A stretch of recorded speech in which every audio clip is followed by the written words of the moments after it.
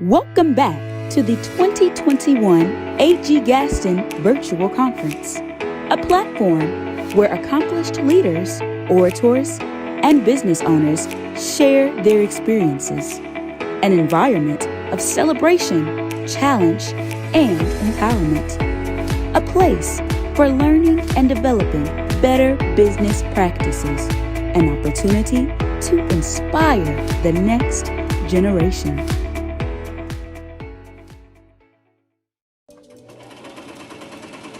At Deja's Touch Designs, we use African fabric to make sneakers, heels, head wraps, bow ties, necktie, earrings, neck pieces, bracelets, anything you can think of.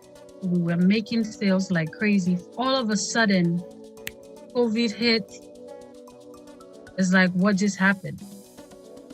There was not even a dollar coming in. Khadijatu's brand, Deja's Touch, was really about bringing her culture, style, and designs to the community. She did that through participating as a vendor out in the community. When COVID-19 hit, that deeply impacted her business so that she had to adapt to an online model. I just wanted to connect with you today, check in, and see how things are going.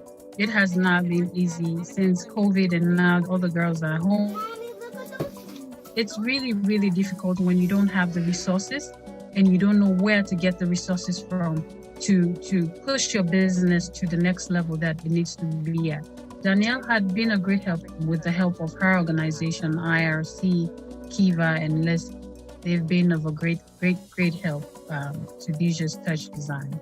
I'm going to cover it up with this fabric right here, as you can see. During the pandemic, small businesses that are looking to raise capital have really struggled.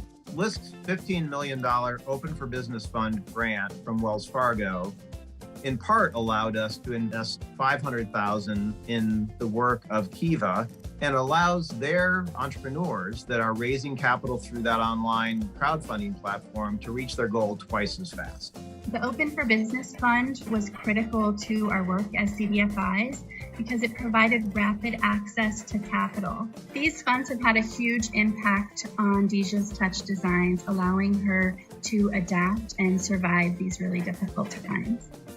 With the money, I was able to buy software that I can use to design my shoes better, and also to get the proper lighting for marketing purposes. And I hope to get every equipment that is needed for me to comfortably work from home as a single parent in this time of COVID. Yeah.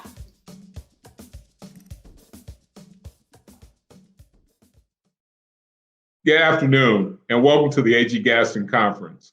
I am Richard Busby, Senior Community Relations Consultant with Wells Fargo, and I'm very pleased to have the opportunity to welcome you today. This time last year, we were able to gather in person. However, this year looks very different as the coronavirus pandemic has completely changed the way we live our lives. We're all making adjustments personally and professionally as we have all had to pivot, but one thing remains certain. We want small businesses to grow and strengthen our communities. I read from the National Bureau of Economic Research that 41% of Black-owned businesses have closed since COVID-19, which is the highest of any diverse group. So it's imperative we give back and help out. That is what's so incredibly important about the AG Gaston Conference. It brings together small business owners, corporate and community leaders, industry experts, and elected officials to help find solutions and share best practices on how we can all work together to address African American business challenges across the state. The growth of small businesses, especially diverse small businesses, is extremely important part of the overall success and vitality of the community. And I look forward to the ongoing progress this conference will make in forging a bright future for Birmingham and Alabama as a whole. In my role at Wells Fargo, I have the opportunity to focus on finding synergies and ways to collaborate with organizations focused on community development every day. And while things look a little different these days, and there are many challenges, we can help today's small business owners work through their trials and tribulations. Wells Fargo has been a longtime supporter of the AG Gaston Conference, and I cannot think of a better theme for this year than one vision, one cause, as we work together elevating African American entrepreneurship. Small businesses are the jewels of our community, and it is our job, not just mine, not just yours, but our job together to help ensure small businesses succeed. I hope you enjoy the AG Gaston Conference this year, and a special thank you to Bob Dickerson and Gaynell Adams Jackson for hosting this wonderful event.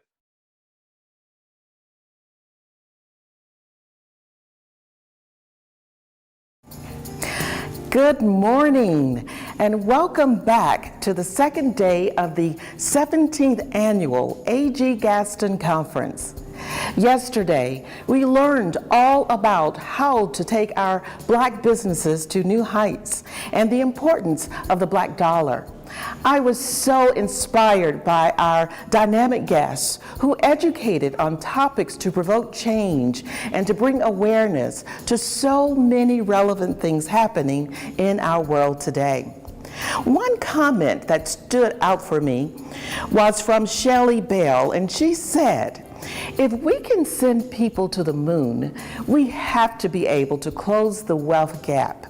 Now, I believe that we can do better, and it starts right here with all of us.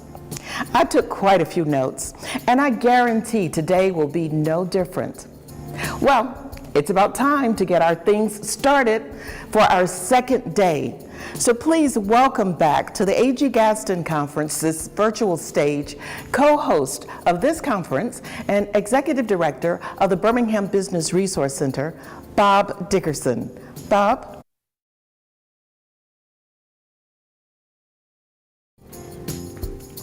Deborah, thank you for that introduction and for also being perhaps, well not perhaps, the best MC the AG Gaston Conference has ever had.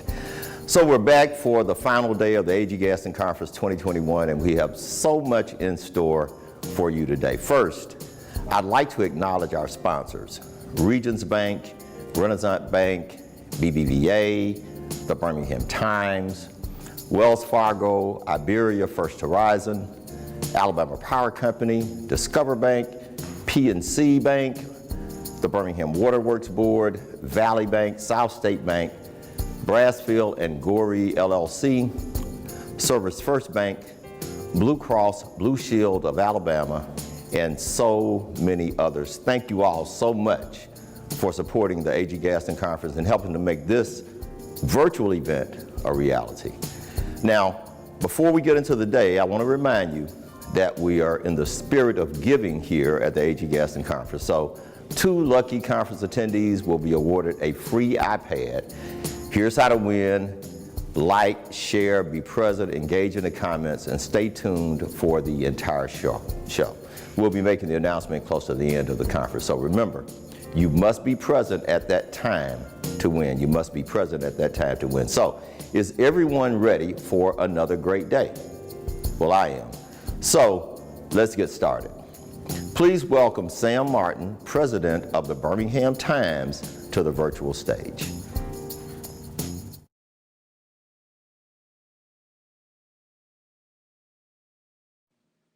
Good morning.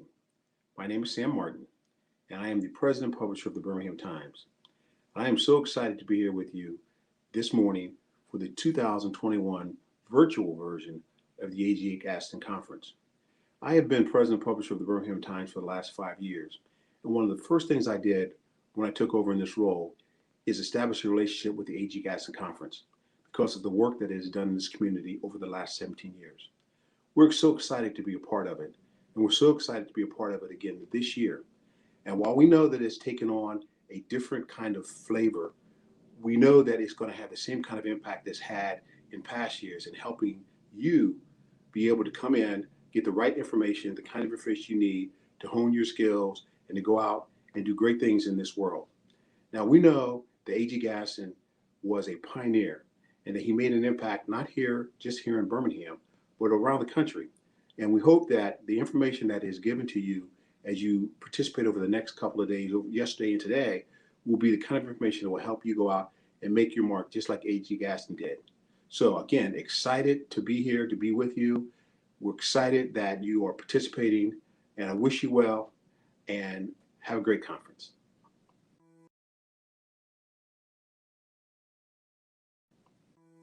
At Valley, we believe banking is more than dealing with people's finances. It's about improving the social, economic, and environmental conditions in the communities we serve. Our passion around corporate social responsibility is woven into our core business values and objectives. We established 4 key pillars that guide our decisions and approach to philanthropy, volunteerism, and collaboration.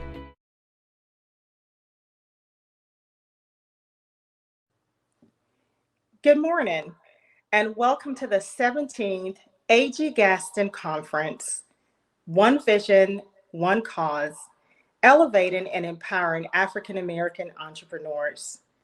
I'm Delpha Bartley Jones, Vice President and CRA Officer for Valley Bank, and it's an honor and privilege to be here with you today to welcome you to this conference. Valley Bank is committed to meeting the needs of the community by addressing housing affordability through multifamily and residential mortgage programs, working with small businesses, with traditional lending, access to capital, and SBA products, including PPP lending. We also provide financial literacy and education to adults and children, as well as support efforts towards workforce development. Valley is a proud sponsor of the A.G. Gaston Conference. And as the conference brings a lot of resources and tools for small businesses and entrepreneurs. Now we know that this year looks rather different as a result of the pandemic, as we're still in a virtual world. But I can assure you this conference will be powerful and impactful and will bring us tools, will bring us resources a new way of thinking, a new way of how we can all help the Birmingham community, small businesses thrive and grow. So on behalf of Valley Bank, I thank you for participating. I thank you for being here today, and enjoy the conference.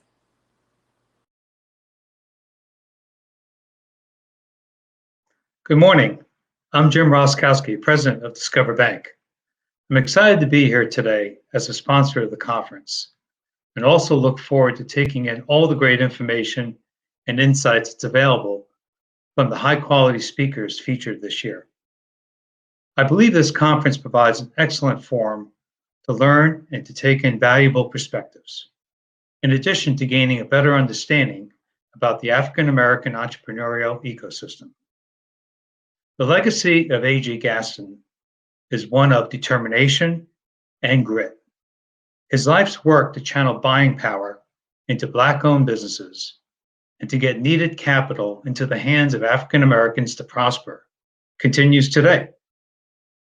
As you all know, 2020 was a year of incredible adversity and hardship, especially for Black-owned businesses. But I have seen ample displays of both determination and grit in meeting these various tough challenges and obstacles. On behalf of Discover Bank, I thank the conference hosts for creating an opportunity for us to come together and learn from each other's experiences so that we can deliver and discover new ways to support each other in the future. Thank you.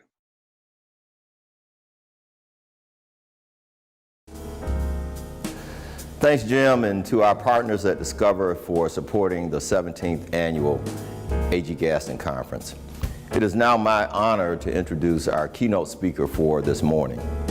Dietrich Asante Muhammad joined the National Community Reinvestment Coalition in January 2019 as the Chief of Race, Wealth, and Community. He oversees NCRC's National Training Academy, Housing Counseling Network, the DC Women's Business Center, and the Racial Economic Equity Team. Dietrich is known for his racial economic inequality analysis, particularly as it relates to the racial wealth divide. Dietrich comes from Prosperity Now, where he was the Senior Fellow of the Racial Wealth Divide Initiative.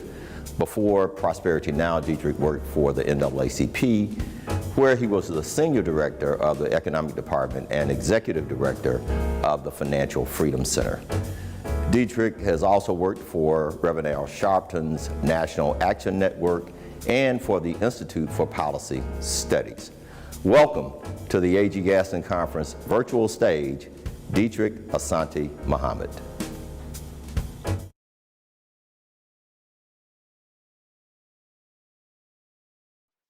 Yes, well, thank you for the introduction. I'm very glad to be here today to talk at this A.G. Gaston conference. And I'm going to be taking an approach of dealing with entrepreneurship and our current socioeconomic situation by looking at racial economic inequality, and particularly the racial wealth divide, that I think will help us have a better understanding of where we are and what we need to do to move forward. So let's go to my PowerPoint and we can start this presentation right away. And I will go to the full view. Entrepreneurship and the racial wealth divide. And again, I am Dietrich Asante Muhammad, Chief of Race, Wealth, and Community at the National Community Reinvestment Coalition. And I've been focused on racial wealth divide issues for the last 20 years and have been overseeing the NCRC's Women's Business Center for the last couple years. So I usually like to start off my presentations with this idea that the foundation of racial inequality is racialized economic inequality. And the foundation of economic inequality is wealth inequality. So oftentimes when we talk about racial inequality, people want to focus a lot on personal prejudices, attitudes, how many friends of different races you have. And, I think it is good on a personal level to have a diversity of friends and work on your personal prejudices. I don't think that was ever the foundation of racial inequality. in my mind, the foundation of racial inequality was economic exploitation, economic desire. I don't think it was that Europeans just, for some reason didn't like Black African people. It's that Europeans wanted free labor that they could use on the land that they took from indigenous people, and then created, prejudices and stereotypes to justify their their barbaric behavior toward West Africans or indigenous peoples in the United States. And so from the very beginning, there was this economic basis for the inequality. And I think today, more so than looking at people's personal prejudices, we can look at the economics of the situation. And that tells us much more about the reality and depth of racial inequality in the 21st century in the United States. Since talking at this conference that is being sponsored by an organization based out of Birmingham, I thought it would be good to go over some Dr. King quotes. I regularly try to go over Dr. King's readings every year around the time of the national holiday, or go through the Eyes on the Prize series. I find no matter how many times I see Eyes on the Prize, one or two, that it's well worth my time to look them over again. And I think Dr. King provides some very helpful viewpoints on our current situation, still over 50 years after his assassination, as well as helps point us in directions of what we need to do in order to get past where we've kind of been frozen for the last 50 years. So, first quote: "Depressed living standards for Negroes are not simply the consequences of neglect, nor can they be explained by the myth of the Negro's innate incapacities, or by the more sophisticated rationalization of his acquired infirmities, family disorganization, poor education, etc. They are a structural part of the economic system in the United States." I think this is a really important point. I think, even today, even in the area of entrepreneurship, people like to focus on Negroes or Black people's innate incapacities, not having a good entrepreneurship, a financial plan, not having a strong credit score. And we take those things and then we do a rationalization as the reason for the inequality, the lack of business development, the financial insecurity, versus recognizing that there is a structural disenfranchisement of African Americans, which has led to a weak credit score. It's hard to have a strong financial plan if you're not having regular income coming in to your household. And so I think we need to look much more at the structures versus these looking at these excuses of Negroes or Black people's innate incapacities. The next quote is: "The larger economic problems confronting the Negro community will only be solved by federal programs involving billions of dollars." I think this is interesting. I usually focus on this idea of billions of dollars, and it is true. I've done some analysis, and African Americans have about 10 trillion less than they should have in assets if their assets were proportional to their demographic population. Right now, African Americans have about 3% of the nation's assets, and if we would have 13%, which is our demographic representation, we'd have another $10 trillion. So there's going to need to be some strong investment into African Americans in order to make that up. That's not just going to happen through hard work. But I also think it's important to recognize that Dr. King noted that federal programs were necessary in order to help do that type of investment and redistribute the wealth. And I think that's a challenge for many of us, because many of us focus much on local, state programs, and those are important, but they can't take the place of the federal investment that also must occur, because it was the federal investment that created the great white American middle class and has been a major factor in so much entrepreneurial development. The final quote: "The majority of white Americans consider themselves sincerely committed to justice for the Negro. They believe that American society is essentially hospitable to fair play and to steady growth toward a middle-class utopia embodying racial harmony. But unfortunately, this is a fantasy of self-deception and comfortable vanity." And again, these are the type of King quotes that aren't oftentimes brought up at the Martin Luther King brunches and dinners that we used to go to pre-COVID.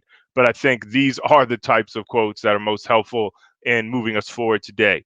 I think pre-Trump, there was oftentimes, particularly during the Obama administration, and I'm concerned that as we get into the Biden administration, this fantasy of self-deception and comfortable vanity that we are heading toward a growth of a middle-class utopia embodying racial harmony will be the dominant narrative.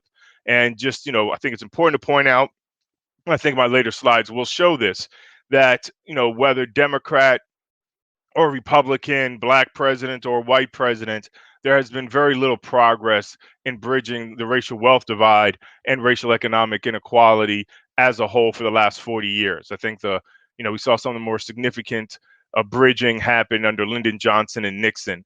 But since the Reagan Revolution, we've had a very regressive economy that has not led to much bridging of racial economic inequality. So let's look a little bit at what that has been like. And again, this slide here just kind of gets into this idea of narrative shape our reality. We've already been talking about this. I think not conservative or people who are against racial equity have these myths. I think a lot of service providers, a lot of people that think of themselves trying to do work to strengthen African American economic empowerment still operate under this false myth, which I think is detrimental.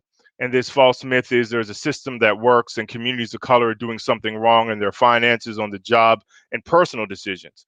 And I think the truth is that our economy is designed to reward the wealthy and leave others behind. And examples are an upside down tax system, residential economic segregation, lack of investment in disenfranchised communities. This information is a little dated. But a lot of people say, where's the fund?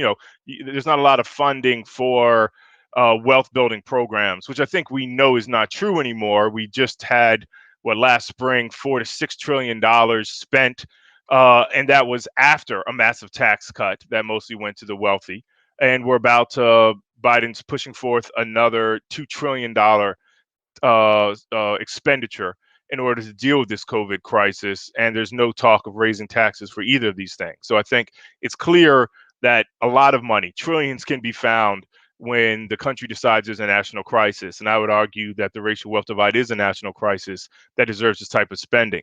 But even if you weren't doing additional spending, since 1994, we've seen that there has been regularly hundreds of billions of dollars each year through different tax benefits that are supposed to be strengthening wealth. In 1994, it was around 200 billion. In 2015, it was 660 billion a year. Last I saw, it was like 730 billion or something like that a year. Through the tax code is being spent each year to invest in wealth development. The problem is most of that money is going back into the hands of the wealthy. This did an analysis of tax benefits pre the Trump tax cuts, and it was showing how millionaires were getting around $147,000 of tax benefits meant for wealth development, while working class families were getting less than $200. So, one thing we can do is we could turn right side up our upside down tax system. So if we're going to spend, $750 billion each year in wealth development, we could at least spend it on the non-wealthy instead of strengthening our economic inequality. I won't get too much into this slide here, deconstructing the self-made myth. I do think, most people will understand that, the white American middle class or the kind of elites of America did not get there by themselves, but through systems and public investments that created the opportunities that they were able to take advantage of.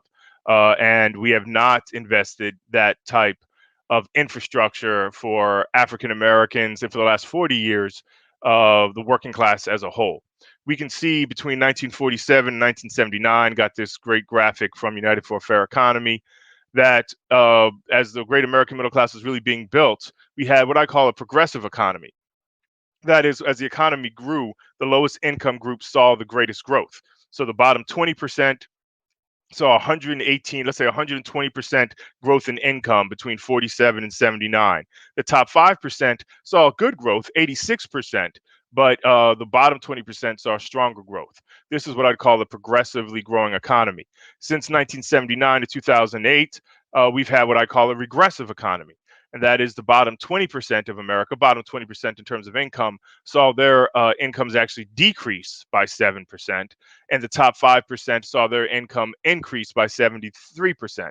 So their income, the top 5%, didn't even increase at the rate that it did during 47 to 79, though it went strongly. But even more surprisingly is that the bottom 20% saw no growth and actually saw a regression.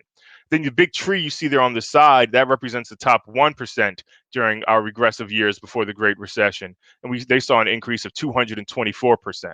So I think fundamental to addressing racial economic inequality, the racial wealth divide, and I would argue to strengthen Black entrepreneurship, since Black entrepreneurs are disproportionately small businesses, businesses without employees. A lot of people don't recognize 80% of businesses don't have employees. Over 90% of Black businesses don't have employees. But if we're going to really see strength in small businesses, micro businesses, we need a progressive economy and not a regressive economy. Getting a little bit into asset poverty, again, I say that the foundation of racial inequality is racial economic inequality, and the foundation of racial economic inequality is the racial wealth divide. We know that wealth is different than income. We'll get a little bit more into that. And I think wealth provides a stronger base of ability to move forward. And I want to show you how a lack of household wealth is then creates a negative feedback loop through lack of investment, asset poverty in other areas. So again, lack of household assets. You see this slide, 57% of Blacks are in liquid asset poverty. That means do not have enough liquid savings. Liquid savings mean like in a savings account, checking account, to replace income at the poverty level for 3 months. At the time of this slide, median household income for African Americans, not individual income, but household income, was around $37,000 a year. The newest data I've seen is around 42,000, 41,000. Not that much bigger, and actually it's probably gone down because of COVID. That's the information I saw, around 41, 42 is pre-COVID. But anyway, if about 60% of Blacks don't have enough money to replace income at the poverty level for 3 months, and we are going into a 1 year of this COVID crisis where so many Americans, but disproportionately African Americans have lost their jobs, have seen their hours cut. You can see what a crisis. I mean, generally, having a tire blowout can be a crisis because it might you might not have the savings, the liquid savings to cover that cost, but to lose a month's of pay or see a drastic cut in your pay, I think it's going to be really set African Americans back for the next few years. So there's that lack of household assets. Then there's public assets, right? There's strong schools, good roads, public transportation, public health, all of these things.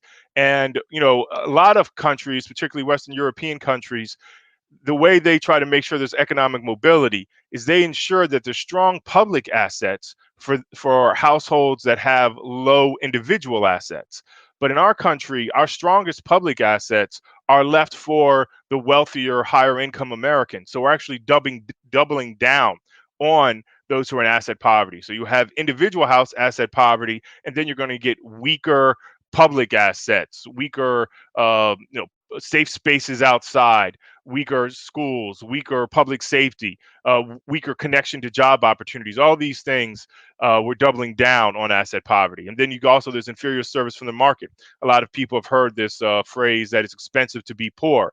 Oftentimes in poor neighborhoods, you're buying things at a higher cost that are inferior products. So you're spending more than higher income people for products that are usually inferior. So it's kind of tripling down on asset poverty. Then there's this idea, again, segregated from socioeconomic opportunity in lower income neighborhoods. They are fairly segregated, and opportunities to better yourself are oftentimes not located in your community. When I say better yourself, I mean more so financial opportunities, employment opportunities, and then greater financial responsibilities. Even if you are to make be one of the few people or a minority of the population in your area that goes to college and is out there, doing really well, making six-figure income, you're still running into issues in that you might be making as much as your white counterparts, but you're probably not getting the same type of asset support from family. You might not be getting down payment assistance on your home. you might be helping an aunt or an uncle help cover their rent. You have a lot more financial responsibilities because you're coming from usually a household and entire community that's in deep economic instability, which requires you to oftentimes provide some support. And I think that's a positive thing, but it just means even when you're making that high income, you can't use that income in investments at the same level. And so you're not being able to build wealth for even those of us who are successful. We have less discretionary income because that income, part of it, we're using to help others. So this is this negative feedback loop of Black asset poverty, which I think is why we've seen so little progress in wealth development over the last 40, 50 years. Just to get, here's a slide that shows the racial wealth divide from 1983 to 2016. Data's a little dated. I have some estimates of up to 2019, but you can just generally see the blue is African American wealth, I believe, yes. And you can just see that African American and Latino wealth has, even when it's been going up or going down, it's never close to what median white household wealth is. Let's go to the next slide. Here is a comparison of Black and, well, here is Black wealth. And you can see the yellow line is wealth using depreciating assets like the value of your car. The blue line is not including depreciating assets. So you see a low level of median Black wealth in 2013 at 1.8 thousand. 2016, we start seeing an increase to 3.6 thousand. And we estimate that in 2019, Black wealth hit around 7,000. But as so oftentimes occurs, the Great Recession was happening around 2007. And many people think Black wealth really went on a decline because of the Great Recession. And it did go on a decline, but Black wealth had been in a decline since, around 2001, where the small recession had occurred, was already in decline 2004 to 2007, and then continued on.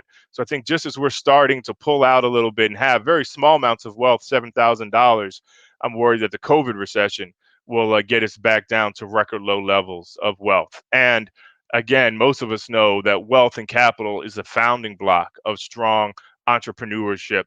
And so it's very hard, very challenging for anyone to create a business, but much less to create a business from a community in such asset poverty.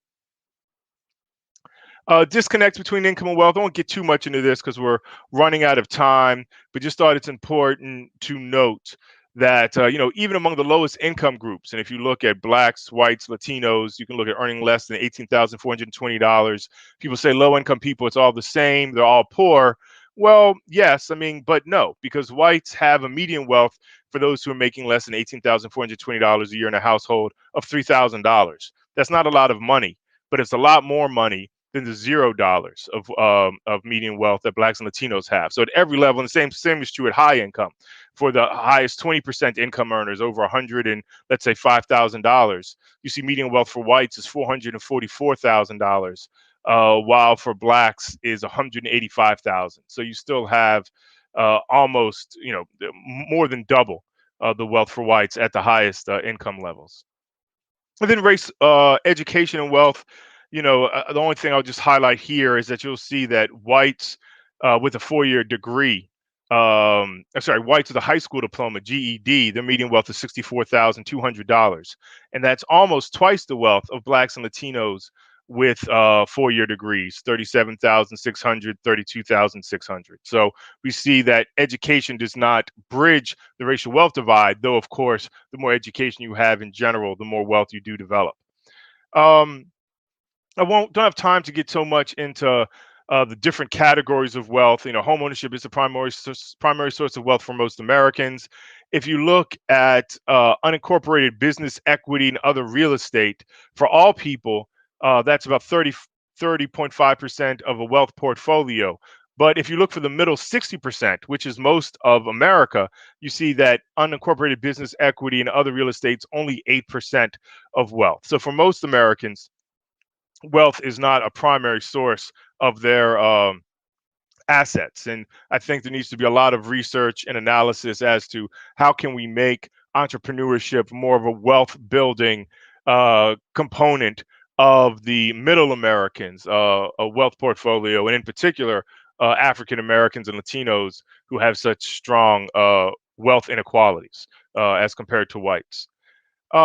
This was some information we've been doing around the impact of COVID-19 and African American entrepreneurship in Piedmont, North Carolina. I think the most important thing I will pull from this is that we had done some analysis, and I think this is really helpful analysis around North Carolina, that white entrepreneurs in North Carolina had a complete return to pre-COVID active entrepreneurship rates by August. Doesn't mean they were making the same amount of money they were making pre-COVID, but by August, you had the same activity level of entrepreneurship in North Carolina as pre-COVID for whites. But for the Black self-employed entrepreneurs, they still had a 62% decrease by August from pre-COVID rates. So we're seeing in North Carolina, and I'm concerned that this is happening across the country, that whites are much more able to enter back into or maintain themselves in the entrepreneurship space than African Americans.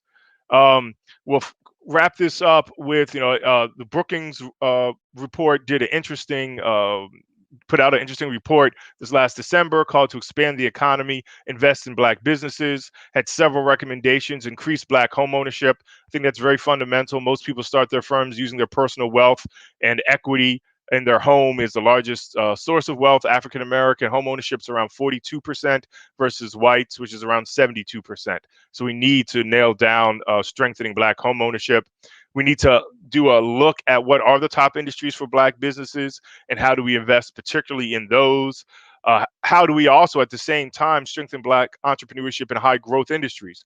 Oftentimes African Americans aren't located in the high growth industries. So what can we do to make Blacks a larger group in high growth industries? Place-based investment in Black neighborhoods for Black businesses. Definitely need to strengthen procurement for African American businesses. And I also believe we need to develop promising practices to strengthen non-employee businesses. And I think one of the most important things we've seen in the COVID relief was actually providing unemployment to the self-employed.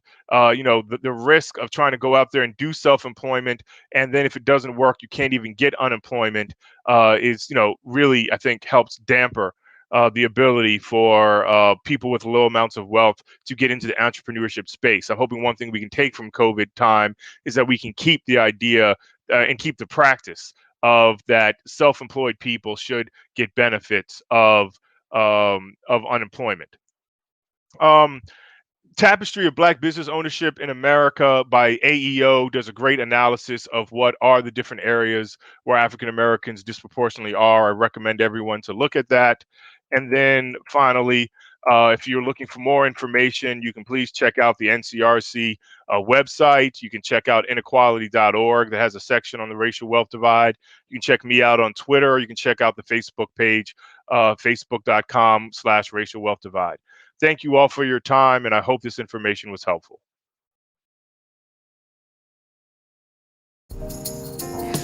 Well, what a powerful keynote address. Thank you so much, Diedrich, for those timely remarks. If you enjoyed Diedrich, then stick around because we have the Race, Wealth, and Community Strategies for Closing the Racial Wealth Gap panel featuring William Barnes, President of the Birmingham Urban League, Irvin Henderson, CEO of Henderson Incorporated, and Diedrich Asante Muhammad, serving as moderator.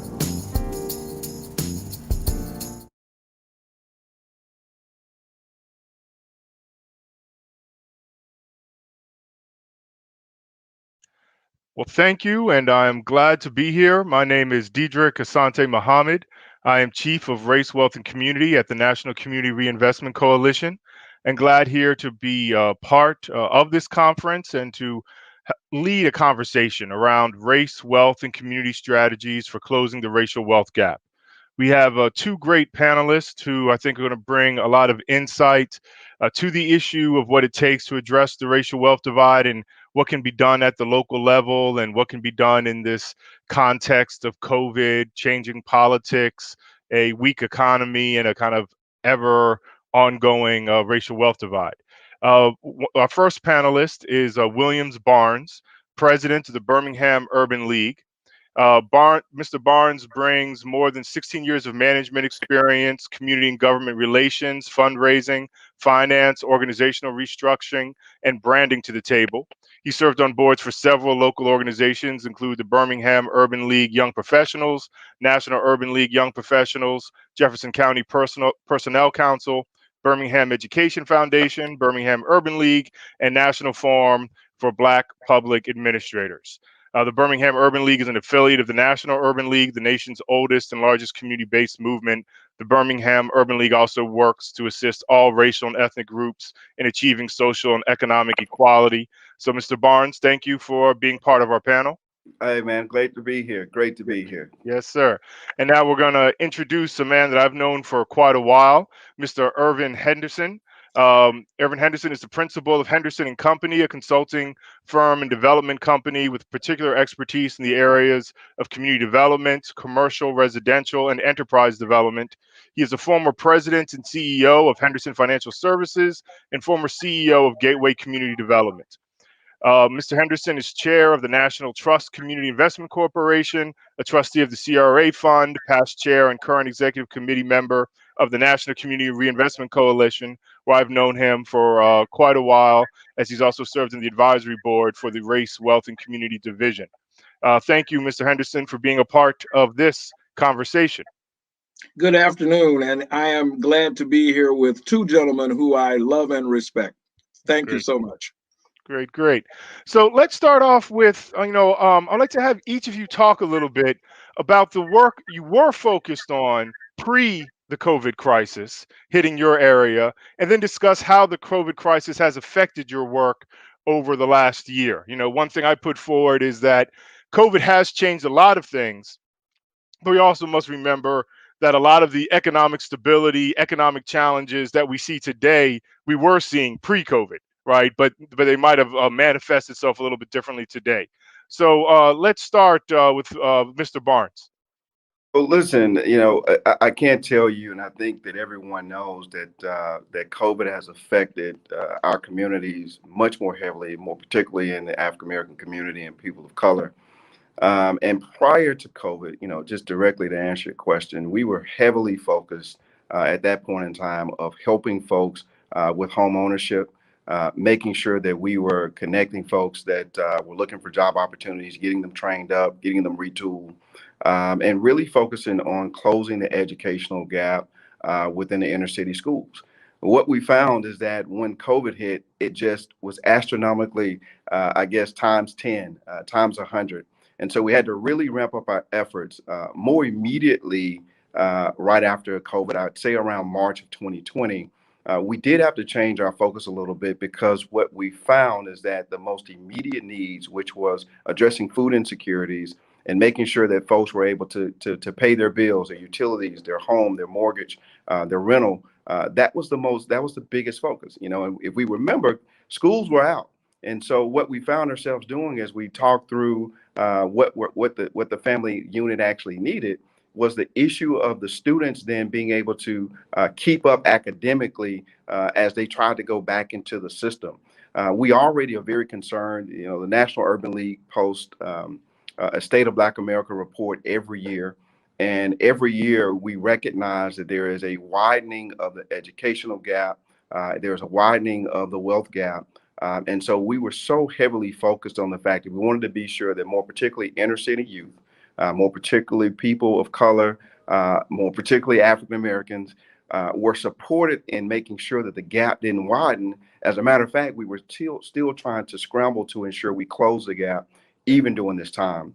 And so what we found ourselves doing in that March, April, May space was really focusing on having food drives, making sure that we were able to feed families throughout the community, checking on individuals as they were losing their jobs. I mean, it was amazing to see the number of folks that actually lost their jobs. I want to say that the height of jobs lost in Alabama, or the initial unemployment claims, I think skyrocketed to over 500,000 folks any given one point in time. And so when you think about the fact there's only 4 to 5 million folks in the state of Alabama, that is an astronomical figure of folks that were out of work.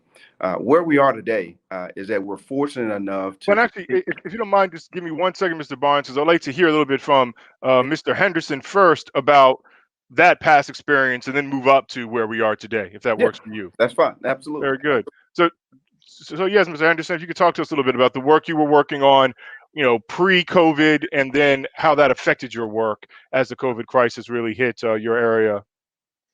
Absolutely, and thank you again, Diedrich. We are real estate developers. My firm, Henderson and Company, is in a partnership in Birmingham with Direct Invest Development out of New York, and we're doing the Ramsey McCormick Building in Inslee and the Masonic Temple in the historic district, the historic civil rights district. So previous to COVID, we were really ramping up for the project in Inslee and doing a lot of pre-development work on the project that was in the historic civil rights district. And as we realized that we were going to be upset with this pandemic, beset, I should say, with this pandemic, we started setting up structures that would allow us to continue the work without being as much at risk. So myself and Carlton Brown, Gizman Abbas, Mike Habibi, all our partners, we put ourselves on a limited travel schedule and we began to work with people very close to the Birmingham area, Malcolm Shepard and Mike Habibi, who would be able to come in and out of Birmingham in a safe way. But it immediately meant that we had to have different restrictions on our job sites. We had to have social distancing on the job site. We also had to make sure that the kinds of dysfunction that was existing that William Barnes was talking about, we had to make sure that that wasn't happening with any of our vendors, any of our employees, any of the folk who worked for our vendors. And in some cases, we had to advance funds to help firms stay current with what they needed to do in order to deliver services to us. So yes, it has immediately caused a lot of concern. A lot of extra capital had to be spent. And our timetables had to be extended. We knew we would not be able to meet the deadlines that had been put in place before. And we wanted to keep those deadlines going, so we extended them. But the human factor is the most important. We needed to make sure that the human beings were okay, that they were safe. We had to address life safety issues to make sure that there were not going to be any untoward experiences by workers on site. And then the final piece is we had to make sure that any transportation that needed to be done to bring materials to site were done in a safe and equitable manner. All while trying to make sure that we still had the kind of appreciation for working with disadvantaged business enterprises, working with women business enterprises. So even as you bring additional services to compensate for the COVID pandemic, you want to make sure that you're doing the right economic equality. And we've been working to try to make that happen in a very difficult environment. Yeah, no, I think you really helped highlight the extra cost and time that at the least that COVID has placed on entrepreneurs, and for many businesses that don't have a lot of extra capital and don't have a lot of extra time, that really can make a business that was moving forward into one that has to shut down. Actually, let me ask Mr. Henderson, then I'll go back to you, Mr. Barnes. Your vendors, like, did you lose a good amount of vendors? I mean, like, did you find that some of your vendors were not able to continue to provide the services because of not necessarily the contract with you, but because of outside issues? We did. We lost one of our major demolition vendors that simply wasn't able to deal with the timetables changing. There was equipment that was supposed to be in one place, and we had to bring it to the other. And one of the most important things, Diedrich, we had to deal with the fact that everyone's mindset had changed. That everybody was thinking about, their grandmother and their mother and their father. That people were concerned about whether indeed they would be able to see their relatives. And so, what was not highest on their mind was the job in front of them, the worry that the pandemic brought to all of us about our own health and about the health of our loved ones. it makes people less effective. I'll be the first to say that I was less effective because my 94-year-old mother had COVID, and I was dealing with her, dealing with the doctors, and it definitely made me less effective. No, no, that's right. And so, Mr. Barnes, I'd love to hear a little bit more. I think, you were hitting important things around, you were kind of focused on, long-term wealth building pieces like job training, education, and home ownership. And then a COVID crisis hits and immediate needs are, must be dealt with, like food, like paying bills. I think it was important your note of the amount of job loss, right? Because we had really record low levels of unemployment for African Americans pre-COVID.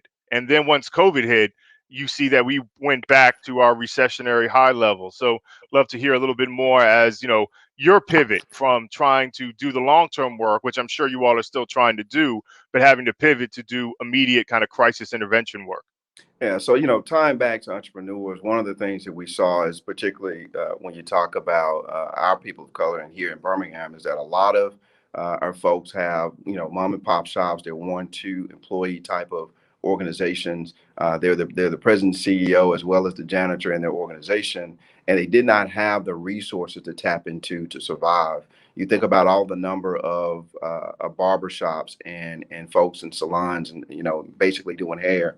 You think about the small businesses, car washes and things of that sort, just across. People aren't really focused on the fact there was a lot of folks that were entrepreneurs in this space that simply did not have the resources. And so going back to the fact of, the long term, we are still and have been able to refocus on the long term, but certainly there's still critical needs out here. Well into 2021, we fully expect that we will have a number of continued job and entrepreneurs that will lose their businesses. And we've got to now refocus our efforts on trying to, one, kind of stop and hem up the pain. Let's stop the bleeding. But number two, those that have maybe lost their job, lost their businesses, finding a way to get them back engaged, to get them back on their feet as it relates to that. But you can't do any of that. None of that happens without the basic social network.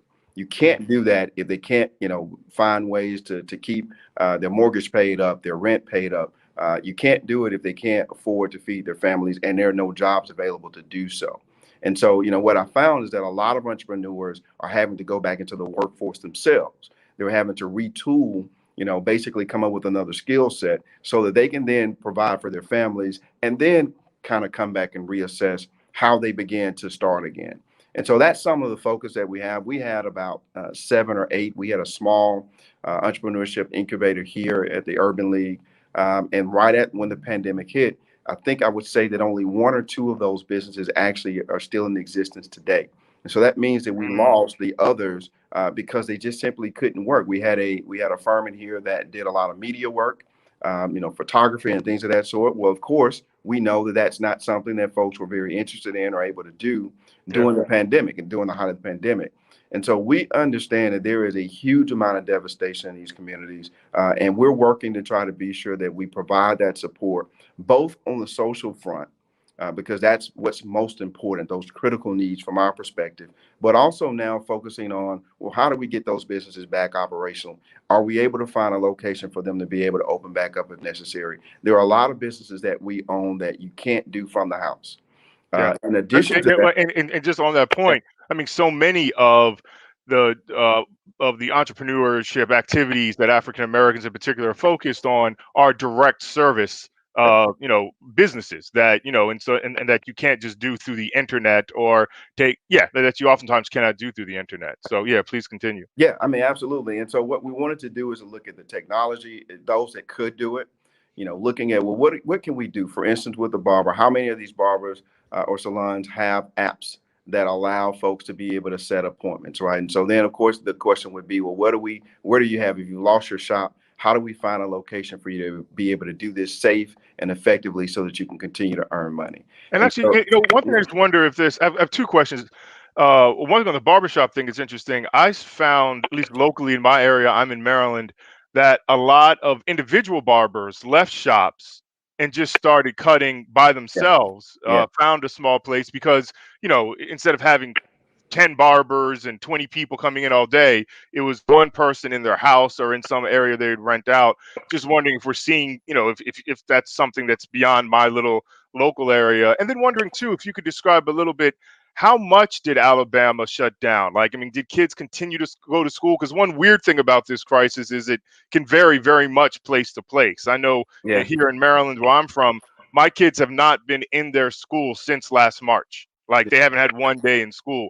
But I have friends in Florida whose kids have been back in school since September. So if you could, each of you, and I believe, Mr. Henderson, you're in North Carolina, if you both could talk a little bit about, the level of shutdown that you all are experiencing, and then too, if you've seen any change in barbershop business, and we'll talk about other businesses. So, kind of continuing with the barbershop space, I would say that I agree with you that a lot of barbers have continued to move into individual spaces. The problem with that is the long-term effects. Most of these are not, legal. Most of them haven't gotten the proper business licenses and things of that sort. So the question is it sustainable for them to do that? But, and then to answer your question more directly, we were surprised in Alabama. Alabama is one of the Trumpiest states that there are.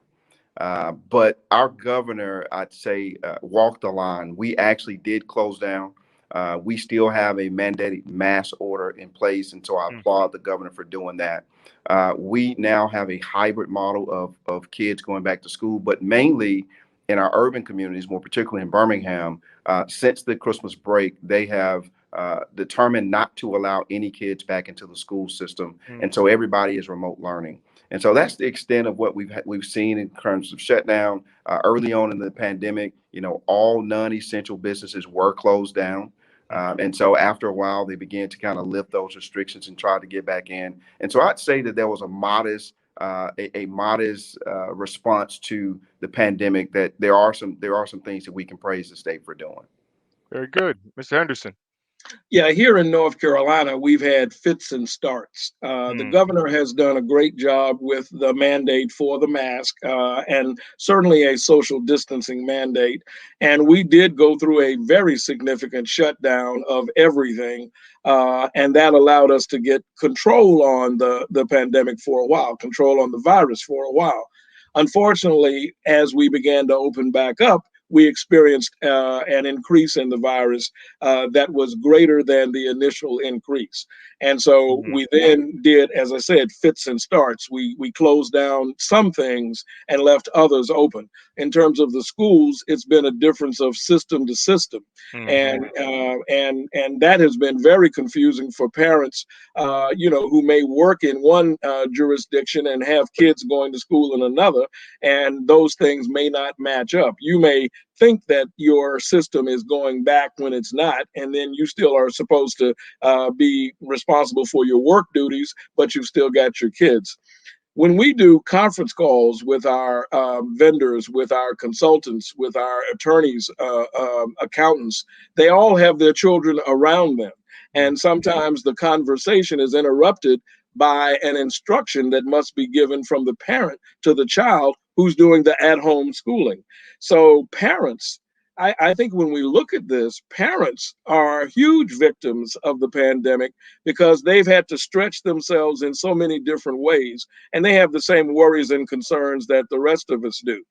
What I've also found is that when we consider those personal service businesses as well as the essential service businesses that you and William were talking about a few moments ago, yeah, we find that they're taking a lot of different routes to try to see if they can keep a small amount of revenue going. But I've talked with a couple, and most of them are at 50 to 60% of what they think annual income would have been without COVID.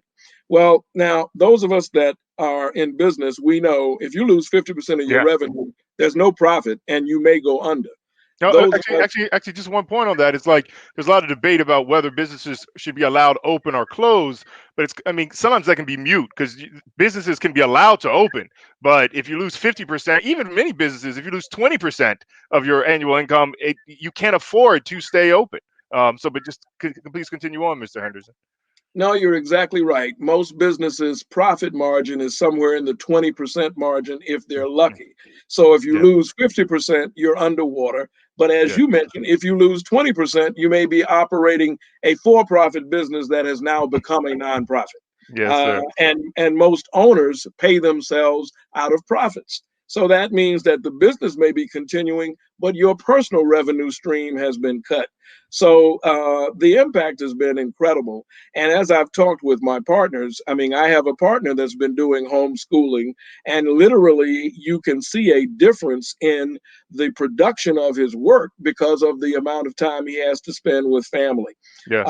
I will applaud him and others like him, both male and female, who have adjusted their lives and made their parents and their children come first, and have also been able to keep their businesses going.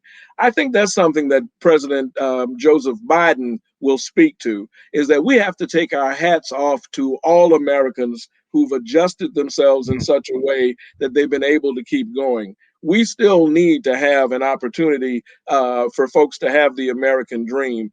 Any of the things that I felt I could enjoy growing up, I want my grandchildren to feel they can enjoy growing up.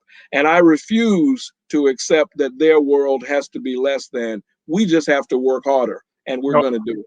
no, I think that's a really important point that as we continue to get through the crisis, that post the crisis, there needs to be a strong congratulations for everyone that has, everyone, whether it's a kid who had to not see their friends for so long and try to work, go to school virtually, or the parents who are trying to be teachers and work full time, or businesses, all of these things. We all need to have some type of self congratulation for getting through this. And just, one thing nationally, I just want to highlight. I mean, I think I've seen as a general cycle in terms of Black economic trends, whether it's unemployment or wealth development, that there will be a slow increase. Like for African American wealth, it's been slowly increasing from a record low in 2013 to a little over $1,000 till about 2019. They estimated median Black wealth is only around $7,000. But just as you hit that, or you see unemployment get to record lows for African Americans, still higher than for white Americans, but record lows, and then you have a crisis. And then, and we don't know the effect on wealth, that we can guess that it's going to make a very low wealth level that really was already a crisis at more of an extreme crisis.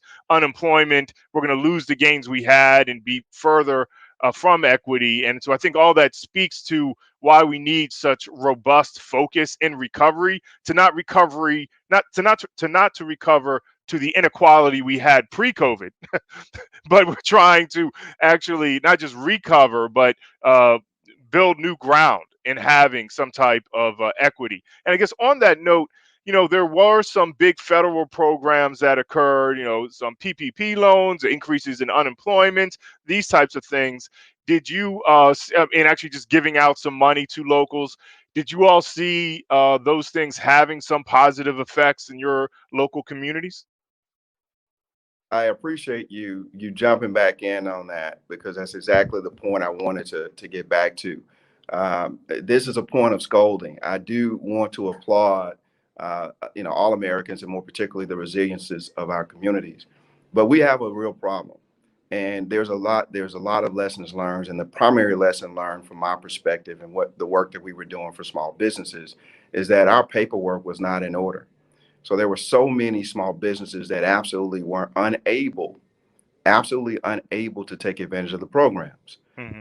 The Urban League actually was one of those organizations that even participated in the PPP. So we understood that process in and out, and began to try to help small business and entrepreneurs do that. And time after time after time, I heard that, hey, I got denied because I hadn't filed my taxes since 2017, or I hadn't Hmm. filed my taxes since 2018, or I've shown, I can't show, any type of payroll revenue or things, expenditures. And so one of the biggest issues that I found is the vulnerability of many of our businesses to be unable to take advantage. Well, Those that were, and if I could just pause you for 1 second, 'cause I think that's such an important point, yeah, that that we need, we say strengthen entrepreneurship or business. That's such a big category, right? And so many of our businesses might be, just self-employed, or maybe have 2 or 3 staff, and the paperwork isn't as set, or they might not have a regular banking relationship. But at the macro level, when they're talking about strengthening businesses, they're thinking of companies that have 20, 40, 50 employees, have been around for years, have strong financials, and we'll just set up this system so that people can just, so that quote unquote businesses can easily get this money, but they're not really looking at, I think 80% of businesses have no employees, and over 90 something percent of Black businesses have no employees. And we don't get the impression that the aid, particularly that was supposed to be focused on businesses, we're focusing on these micro businesses that are most vulnerable. So just want to throw that context in as you continue to make your point. Yeah, and so we, on the national level, we continue to lobby. Kudos to our national president, Mr. Mariel, for working with the Washington Bureau. That we continue to lobby. So in the second set, we were able to not only get for-profit, but also non-for-profit, and making sure that we had set-asides for CDFIs, for small community banks that allowed us to be able to access that. But the point that I wanted to just really drive home is that in our entrepreneurship, and as we talk, and I'm hopeful that many of our sponsors and partners that have the ability of making investments really understand the need of investing in these very basic and remedial type of things as it relates to small business.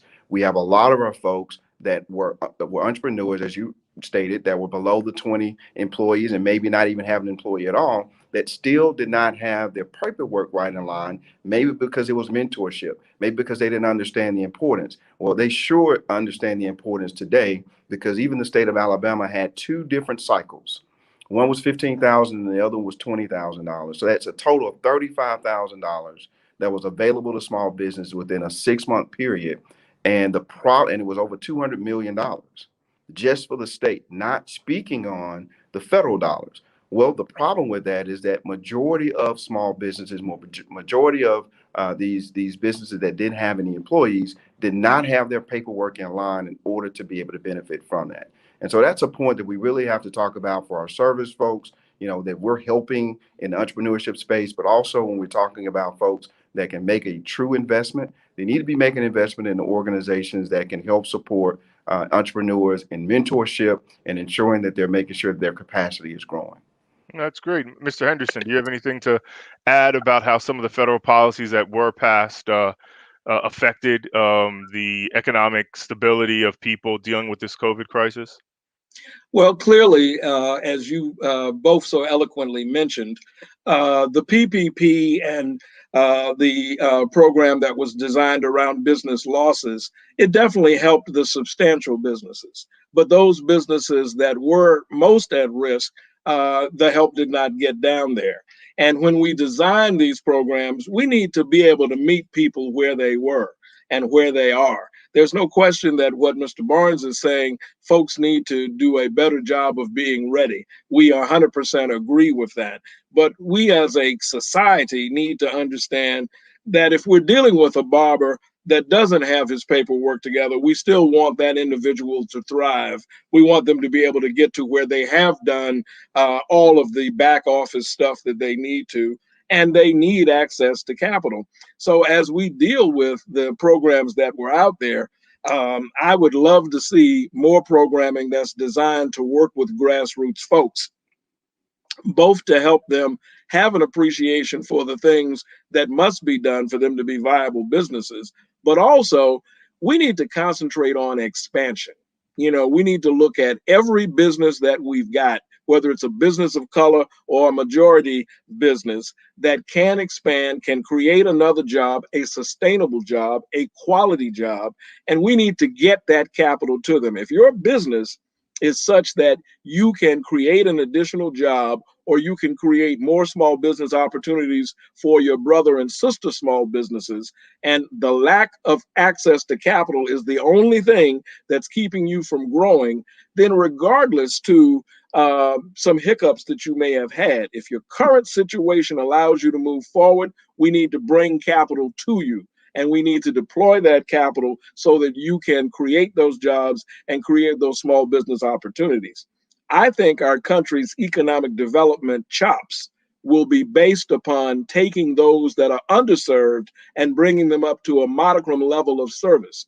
When that occurs, you're going to create all kinds of economics that was hidden between the leaves. If Mm. we don't do that, then we're only going to perpetuate the growth of the larger companies. And, you know, we love the large Fortune 10 companies that are now investing in people of color and in businesses of color. But we need more of the smaller companies that are on the ground that can hire folks right then. When we look at someone like an Amazon, Amazon is not going to employ the unemployed in Birmingham, Alabama. The groups that are putting together businesses that work on the ground will employ the unemployed in Birmingham, Alabama. That's what we need. No, no, again, great important points. And I was going to ask a little bit about, because you both are focused on doing important local community economic empowerment work. I was going to ask you about, what is the need for state and federal resources in that work. But first, let me ask about the private big corporations, because you're right, this summer everyone's talking about racial equity, people are talking about supporting Black businesses, or all of this talk. Have you seen much movement on the ground? Have you seen that filter down? Have you seen some of this, promise to increase procurement or to give money to support local Black entrepreneurship? Have you seen that in your day-to-day activities, your work on the ground? Yeah, absolutely. I absolutely have. In working with the organization that you belong to, the National Community Reinvestment Coalition, we've been doing community benefit agreements with large institutions like Truist, for instance. And so part of those agreements is a commitment to a higher goal for people of color procurement. We're seeing those higher goals actually open the doors and create more opportunity for people of color businesses. And that is absolutely good. And then there was an initiative that was done by William Bynum, Bill Bynum, as we Yes. call him, of the Hope Enterprise Development Corp and the Hope Credit Union, whereby he worked with Fortune 10 large companies to get to get new capital into Black banks. So it was not just CDFIs that were Black run like Bill's, but also some of the banks that are legacy institutions like Mechanics and Farmers, Dollar Bank, and others. And so this situation is good, whereby we have those at the very top of economic success in our country who are investing in those that are beginning to develop and beginning to create opportunity. So yeah, we're seeing a lot of good things. I think, as Mr. Barnes mentioned, we just need a lot more of it. We need those investors to see that those pilot projects are working, and so they need to bring a different level of investment. And it's key, Diedrich, to understand that that's not just an altruistic move. That is also a self-interest move, because the large corporations, the more they invest in underserved communities, the more they're creating their future customers, their future economic atmosphere in which they will develop. So you can do good while you're also making an opportunity for your corporation to do well as you invest in these entities. Thank you. So, Mr. Barnes, yeah, have you seen much of this private money from foundations, corporations, reaching the people of Birmingham or the businesses of Birmingham? Absolutely. The question and the concern that I have is that beyond the flavor of the month, social justice has certainly hit us just as much as the pandemic of COVID-19. And so we faced in the people of color community, we faced two pandemics on two different fronts. And while we've seen a significant investment from corporations, we've seen that they're appointing diversity and inclusion officers all across this land, all across the United States, as well as here locally. What my concern is that we continue to look at this as a long-term, we settle back and continue to be sure that this is not something that in 2022 is no longer of issue. The election of Joseph R. Biden did not change pretty much anything as it relates to the social economic issues in our communities. When you think about the fact that Trayvon Martin was murdered under President Obama, if you will, it wasn't attributed to the president. It just says that our economic circumstances are not going to be solved just because we have one party in Washington control over the other. That's It is going to right. be And there wasn't great racial economic equity yeah. when President Obama was president, right? That's Again, we right. don't blame That's that right. upon him, but the economic inequality we've had for 40, 50 years, I think you're making a great point too. And so giving $1 million to a business, 1 point, can't, take Right. care of the lack of investment for 40 or 50 years. But please continue. Yeah, yeah, and so absolutely. I mean, just closing that thought out is that what we are hopeful for, what we're working for, what we're activating and advocating for, is to be sure that this is a long term and it takes root in our community. That folks now finally have woken up and understand that while we have the nation's ear, that we have to strike while the iron is hot. We have to ensure that we're continuing these conversations and push the envelope to ensure that this becomes a part of the fabric of the corporate community, that they are continuing to invest year over year, that they have reports that come out that talk about and be transparent about their progress. If we are true to have a just social society, then we must continue this well beyond the next 5 years. This is a long haul.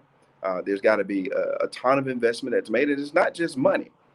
It's policies. There are a lot of different things that we have to do and focus on to just ensure that we're doing that. But to get back to your point, I applaud many of the large organizations for their initial work. Many have signed on to these agreements. Many have allocated resources for the 2020 year. So the question is and it's yet to be seen what the 2021 year looks like. And then what is the long-term strategy? We need to have that on paper. We need to develop that strategic plan, and then it needs to be made public so that folks can understand and grade these corporations on that plan.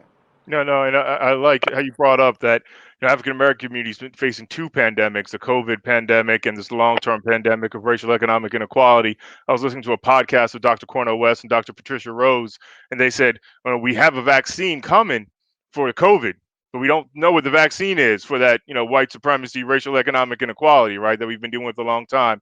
As we are wrapping up, let me just, ask each of you if you have any final comments you'd like to put forward. One of the things I was going to ask is, if you had one change you'd like to see at the local level that you think, but it could also be national level, one change that you would like to see that you think not only can help people get through COVID, but can help us help us address that second pandemic of the ongoing racial economic inequality, and you had the power to do it. What change would you like to see locally or nationally? Mr. Barnes, you already started answering that, but I'll go back to you. But let me go back to you, and then we'll end with Mr. Henderson. Okay. Well, fair enough. Well, listen, let me go ahead and give the initial thank you to Bob and his team for putting together such an excellent conference.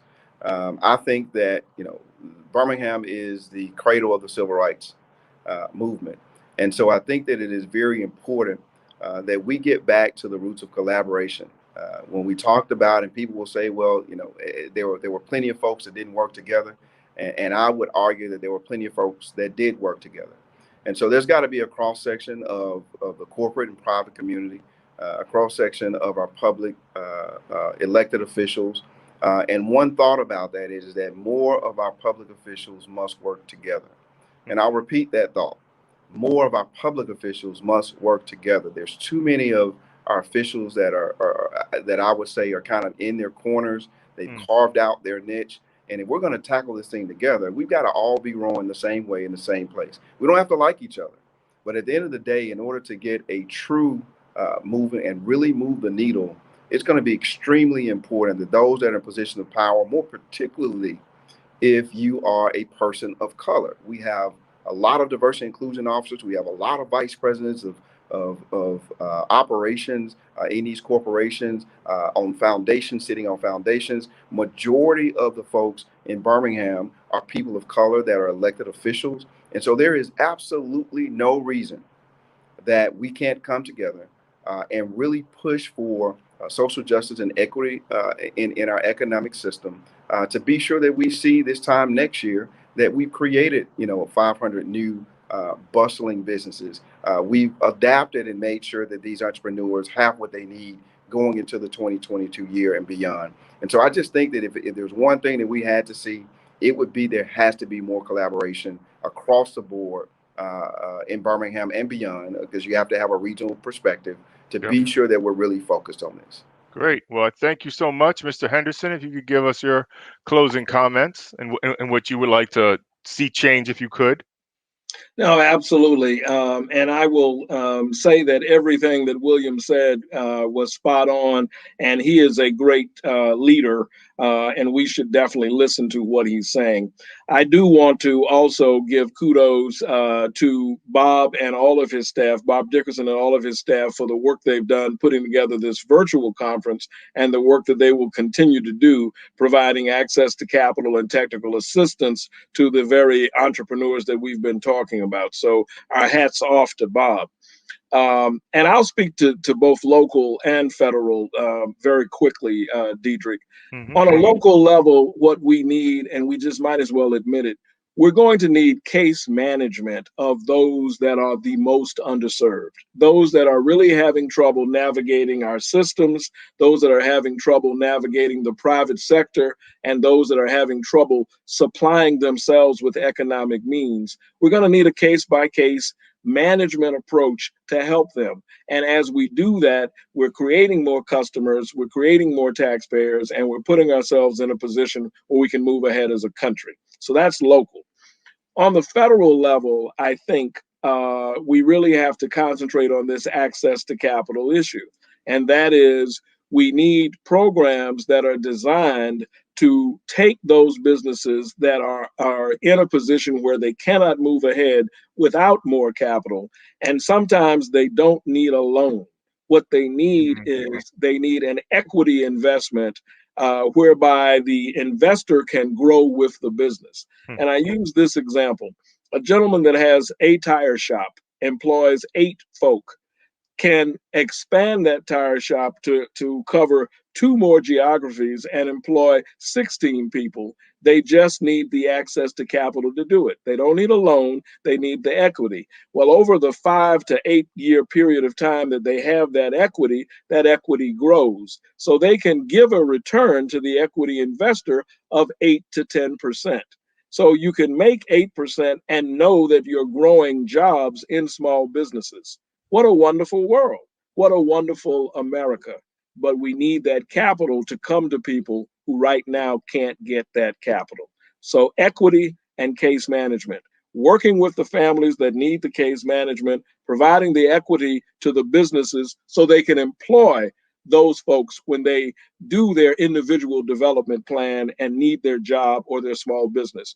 Capital to employ folks, capital to grow small businesses, case management to deal with the very dense problems of our families and our underserved individuals. My formula. Yes, sir. Well, I thank both of you, Mr.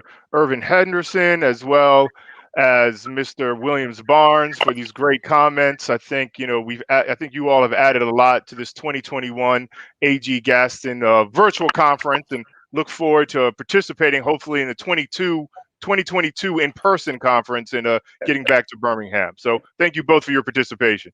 Thank you. Thank you, Diedrich. You did a great job as moderator, and we thank you for all the work that you do and all the work that NCRC does. And Mr. Barnes, we thank the Urban League for being such a great provider for people of color and all Americans. Thank you, Irvin.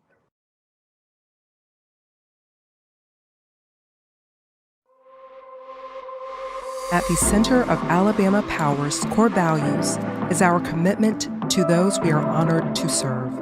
Encouraging minority entrepreneurship, supporting Black business ownership, and fostering growth in our communities is at the heart of our service commitment.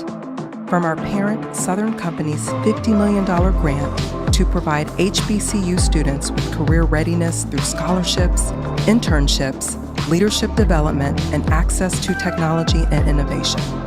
To Prosper Birmingham, a coalition of community, civic, and business leaders committed to creating a more productive and racially inclusive economy. To the Bronze Valley Accelerator, which offers free coaching and networking to minority-owned businesses. Diversity, equity, and inclusion are not just buzzwords at Alabama Power. In the spirit of legendary Black business pioneer A.G. Gaston, it's our mission.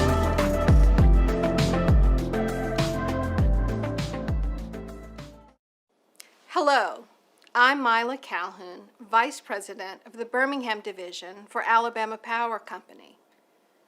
For 17 years, the A.G. Gaston Conference has celebrated and honored Dr. A.G. Gaston by providing the business community an environment for learning and sharing business practices.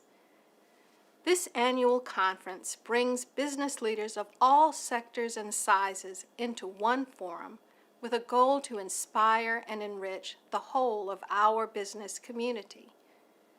Most importantly, this conference also lifts up the next generation of innovators and entrepreneurs, recognizing that we must all work together to support their growth, sustainability, and success.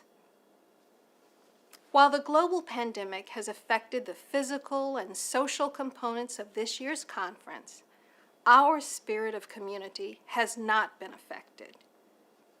We know that networking and sharing knowledge are key in every good business relationship, particularly as we navigate within a virtual world. Alabama Power Company is proud to sponsor and support the A.G. Gaston Conference. Thank you for your participation today and for all that you do to support economic growth and vitality throughout our community.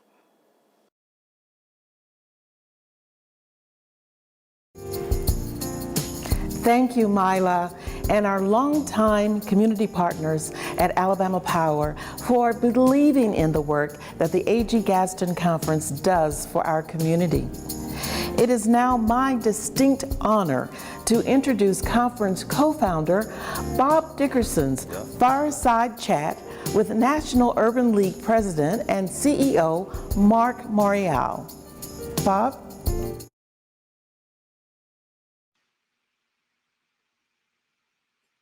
Well, hello, everybody. This is Bob Dickerson with the A.G. Gaston Conference, and I am so happy, just elated to be here and to see you there, and to once again, for the 17th time, the 17th consecutive time, we're here celebrating the life of Dr. A.G. Gaston, the iconic businessman, the entrepreneur of the 20th century, as per Black Enterprise magazine, and a man that meant so much to me in my life and my career. We're happy to honor him. And in so doing, we're also happy to have one of the leading business leaders in our country today, Mr. Mark Morial. Mark, of course, we know as the former mayor of New Orleans. He's also the son of a preacher, and the other former mayor of New Orleans, his father, Dutch Morial. Mark is an attorney, having practiced with one of the prestigious law firms, also served in the Louisiana State Legislature before becoming mayor of New Orleans. And so for the past, almost 15 years, he has been the leader of, again, an iconic organization, a prestigious organization, the National Urban League. So we are so happy to have, once again, for the second time at the A.G. Gaston Conference, Mark Morial. Mark, welcome to the conference. Hey, Bob, thank you for having me. And it is such an honor to be participating in a discussion and a conference named for the late, great A.G. Gaston, whose work continues to inspire so many. And it's also positive and respectful to be with you. Whenever we share a table together and we're part of a discussion, your wisdom and experience is just something I always hang on to every word. So thank you for having me. Well, thank you, Mark. You're very kind. You know, and as I was thinking about, talking to you this evening, I thought about the fact, and we know it's Black History Month, and we can have some discussions. I'm old enough to remember when it was Negro History Week. So yes, so I guess having Black History Month is a plus, and then talking about A.G. Gaston, but just thinking about who you are. Black History Month, in years and decades to come, your name is going to be one of those take-home projects. You'll be the assignment for some of my great grandchildren. And your name is right there alongside of some greats like Whitney Young, who was one of your predecessors at the Urban League. You know, I think about people like Philip Randolph, of course, the great A.G. Gaston, so many of the folks that really made a difference in our community, businessmen who brought that kind of savvy to those positions. So, you know, I just like to know, tell us a bit about how you got here and what. You know, I'm so powerfully blessed to have had two incredible parents and four great grandparents.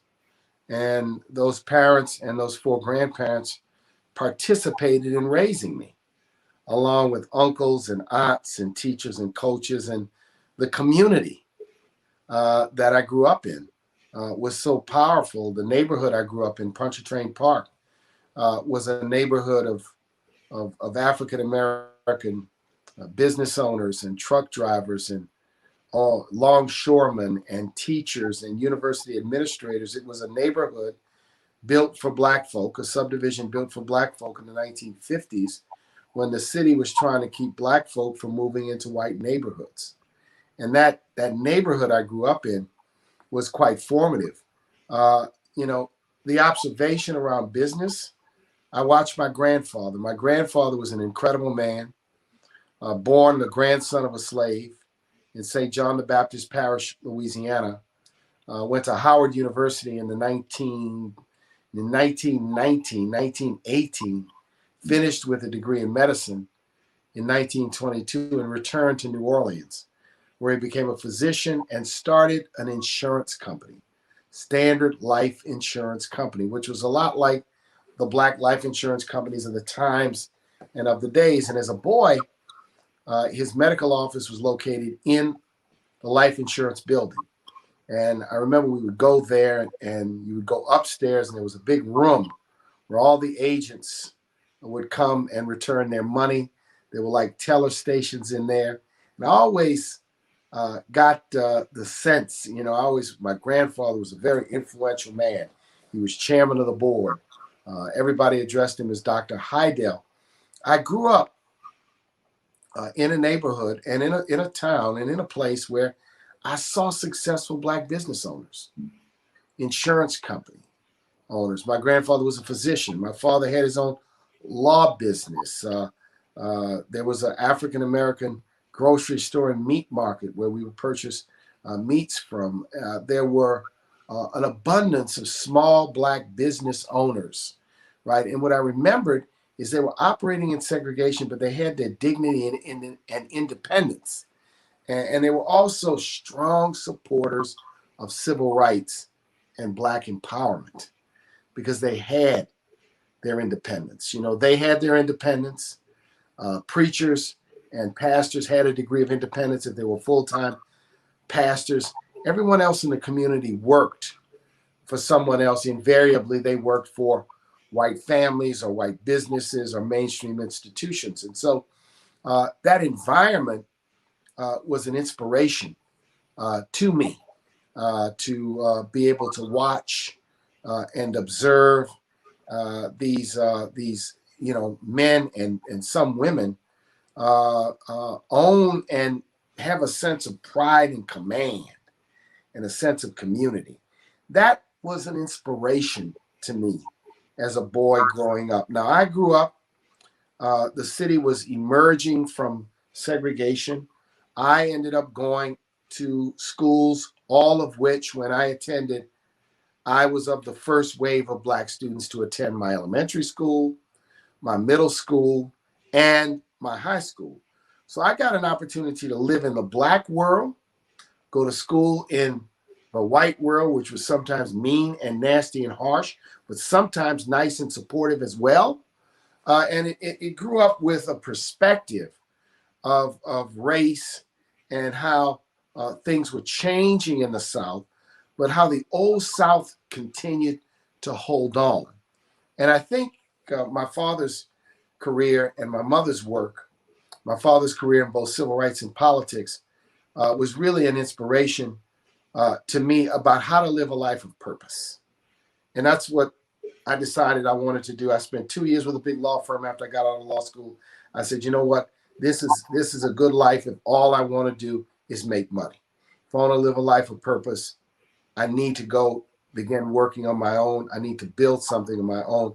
And from there, it's just been an incredible journey. So I say to young people and all people, if you can find a way to live, use your tools for purpose. If you're motivated by that, if you're inspired by that, that's what you should do. And, you know, Black business people like Mr. Gaston, they were community leaders. They were people of great generosity. My grandmother teased me. I was a young lawyer, and this was after my grandfather had passed, and I had my own law practice. And she said to me, she was at the time probably about in her 80s. She said, "Are you a good collector?" I said, what are you talking about? He says, you know, the people who are your clients, do they all pay you? I said, mostly. They said, yeah, you know, your grandfather, he says, a lot of those people didn't pay him. He says, you know, that's what it means to be a Black professional. You know, you're going to have some people that just don't pay you. Right? So make sure you get paid enough to take care of your family. But, you know, it was a sense of professionals with a community commitment, Bob. And I'm sure Birmingham, New Orleans, Baton Rouge, Memphis, Jackson, Atlanta, Durham, all of these communities in the South had the same character and the same sensibility of people striving really to end segregation. You know, I really appreciate that answer. And as I was actually thinking about, again, talking to you and understanding that you have been in elected office, in 2 elected offices, and that your father was an elected official. And I kind of thought about the difference in an elected official, a statesman, and a politician. And really with a sense of the fact that we need more statesmen and that the elected officials that are statesmen as opposed to elected officials that are politicians. Tell me a little bit about how you see I think the distinction is, are you in politics and elected office because you like the position, the title, the sense of importance, and may go along with it? Or are you in politics because you are inspired by service and what you can do to enhance the community? And usually you're balancing the two, but that's really the distinction. For Black elected officials, and I watched my father and his allies, the first generation of Black elected officials in New Orleans, my father, the late Israel Augustine, the late Revius Ortiq, to name a few, people like the late Johnny Jackson Jr., to name others. They were all people that had been involved in civil rights, community activism before they got into elected office. So elected office was not for them an extension of their work in the community for civil rights, for around activism. And I think that was part of their governing principle. And I think elected officials now may not have paid community dues, but when you pay community dues and you participate in the life of the community to some extent before you're an elected official, your service is going to be much more fulfilling. It's going to be much more grounded in a strong sense of what the community that you serve really truly wants. You know, Mark, and just thinking about the Urban League, and I've often said that the Urban League has been not necessarily one of but the leading civil rights organization that really understood the connection between civil rights, meaning, you know, access and then fairness, you know, which is something that we're still striving toward in this country. And then economic rights. I mean, those are all things that I see the Urban League striving toward. And just so you know, William Barnes, the president of the Birmingham, Yes, President Birmingham. well, he is actually part of the A.G. Gaston conference on one of our panels this year. Excellent. But kind of tell us what attracted you to the Urban League. So I, knew the Urban League as a civil rights organization that focused on economic empowerment, economic justice. I also knew, before I came to the Urban League, I knew the Urban League as a provider of summer jobs, job training opportunities for people in the community that my beloved hometown of New Orleans. And I'd also watched and read about Whitney Young and Vernon Jordan. And when I was 16 years old, met Vernon Jordan and had a high regard for these figures, these incredible men who were civil rights leaders, and they were business people too, and they were intellectuals, and they were historians, and they were activists, all together as one. And I served 2 terms as mayor. I was term limited, so I found myself at age 44, roughly 44. Term limited. I had served 8 highly successful years. And I said to myself, I've got to go find something to do with the rest of my life. Well, the Urban League kind of found me. I joined a law firm to practice law and spent about 5 or 6 months there and got a phone call from the search firm that was doing the search for the presidency of the Urban League. And they had been given my name by a longtime friend of mine. And when I received the call, I said, this is an interesting call, but I sort of thought to myself, they probably have somebody already picked out. I'm sure they had a succession plan. I'm sure they had a pathway, which I later found out they really did not. And of course, the rest is history. I was called up and went to an interview. I went to a second interview, and the following day they called and offered me the job. Well, it's been such a tremendous opportunity to continue and expand my work and my commitment to urban communities, to cities, to economic empowerment, to our people in our community, and to help to transform an organization with great history, but that needed to be, if you will, defined and redefined for the 21st century. So the Urban League is larger than it has ever been. It provides more support to its affiliate network than it ever has. It is carved a role for itself in economic empowerment with financial services, minority business, corporate community, job training, and helping people get jobs. We've made a mark in affecting in the last fall in the 2020 cycle.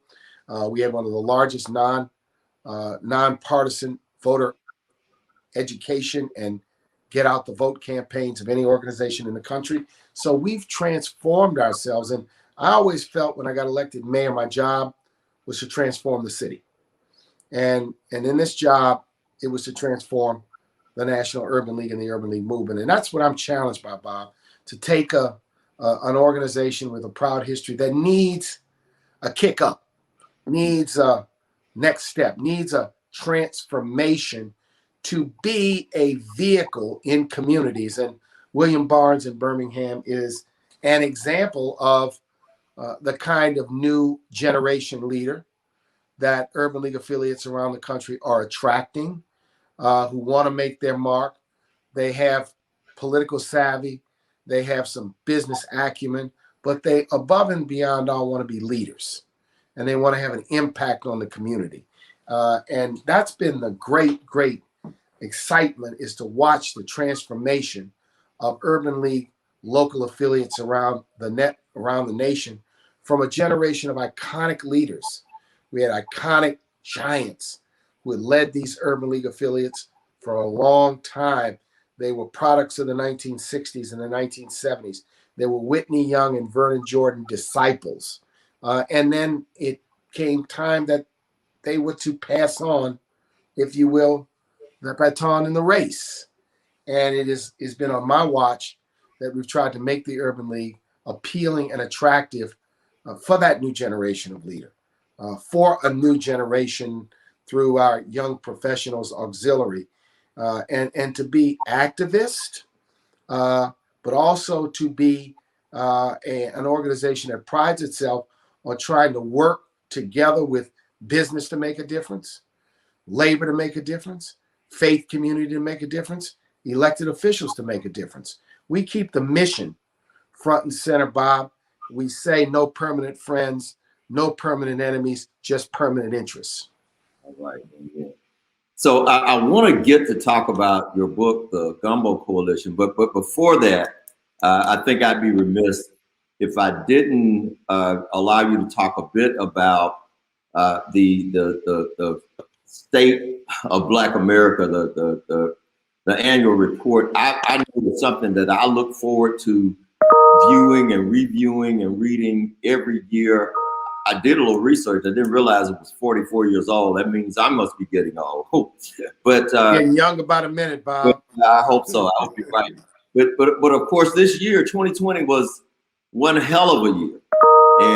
And so talk a little bit about the state of Black America, and also this National Equality Index that the production actually talked about. Oh, thanks for asking. The state of Black America was Vernon Jordan's vision in 1976, and we've, for the most part, continuously published since then. I added the Equality Index in 2003 because I thought we needed a statistical backbone to help tell the story of gaps and disparities in American life.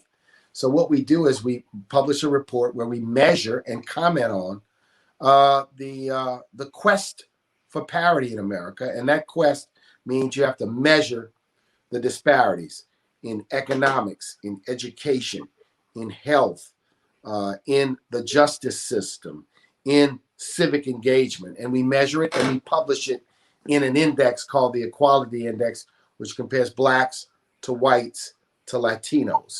And we look at 300 sets of data for all, and we make a comparative analysis. The analysis shows that African Americans score at about 72 or 3% of where white Americans score. Latinos score at about 75 to 76% of where white Americans score. This past year, we focused on COVID, and we focused on racial justice. And we focused on COVID because we must. The greatest pandemic, the biggest killer in modern times, disproportionately impacting our community.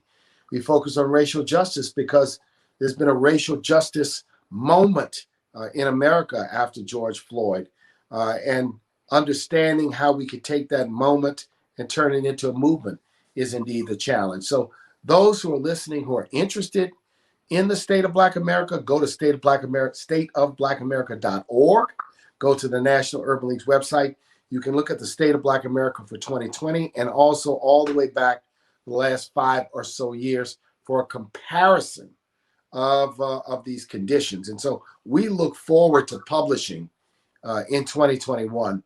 And our editorial team is working on the topic now. The topic or topics that we're going to focus on for 2021 now. So I mentioned, and let me just say this, A.G. Gaston, as you know, had his 10 recommendations for success. And of course, the Gumbo Coalition, Mark Moriel's Gumbo Coalition, shows the 10 leadership lessons. And I've been enjoying this. I will let the attendees know right now that we're going to be giving you, because you attended the A.G. Gaston conference, a copy of the Gumbo Coalition. Wow, thank you. Yeah, I am happy to be able to do it. And one of the things that I picked up, Mark, and I want you to talk more about the book, but you know, and this is something that I think it takes a certain knack to be able to do, and I believe you have that knack to unite people with competing agendas around a common cause. Boy, if we could bottle that, I think we make for a better country. And I'm glad that you put that in. Yeah, and you know, as mayor of New Orleans, you know, I got an opportunity. I had some tough challenges. A city with racial division, but a city with people that loved the city and wanted the city to do better. And I I understood after winning a very tough race where I got substantial support, overwhelming support in the Black community, and very little support in the white community, that I needed to figure out how to govern and do big things. I wanted to do big things. I wanted to fix policing and public safety. I wanted to rebuild the economy and do a big infrastructure plan. I wanted to address housing. I wanted to bring professional basketball to town. Had a lot of ambitions. And it became clear to me that I needed to build some bridges if I could. And my strategy around building bridges was really about finding what people agree on and not getting bogged down. So we had some working coalitions of people that we just may disagree on some pretty fundamental political things, but we could agree on this, right? And my philosophy was always with people, you know, trying to put these coalitions together to do a lot of pushing and giving and taking, a lot of shoving, right? But to maintain, you know, a fundamental core of what was best and what was needed to be done. And you know, it was very experimental when I began to do it, because I think I sensed that to do big things, you know, and you know, it's Washington politics. You know, one of the values of being in a local situation is we didn't really have a partisan political operation. The divisions were sometimes racial. Sometimes it was somewhat ideological. Sometimes they were personalities. You know, personalities in local politics kind of, you know, personalities can cause more friction and more friendship sometimes in local politics than anything else, you know? And so if people read the book, the premise of everything is to have a plan, is to build a planning horizon around big initiatives. The premise is to go big and try to go big with initiatives so that there are multiple winners. The premise is to stay strong on those things that are principle, but don't get caught in believing that everything is a matter of principle. Everything is not a matter of principle. Many things are a matter of principle. And I had great success, and I had great advisors. And many of my advisors were seasoned people who had been in the game a long time, who were extremely helpful and knowledgeable to me. But they were not people that tried to pull my strings. You know, they were sort of people who would, and I sought them out.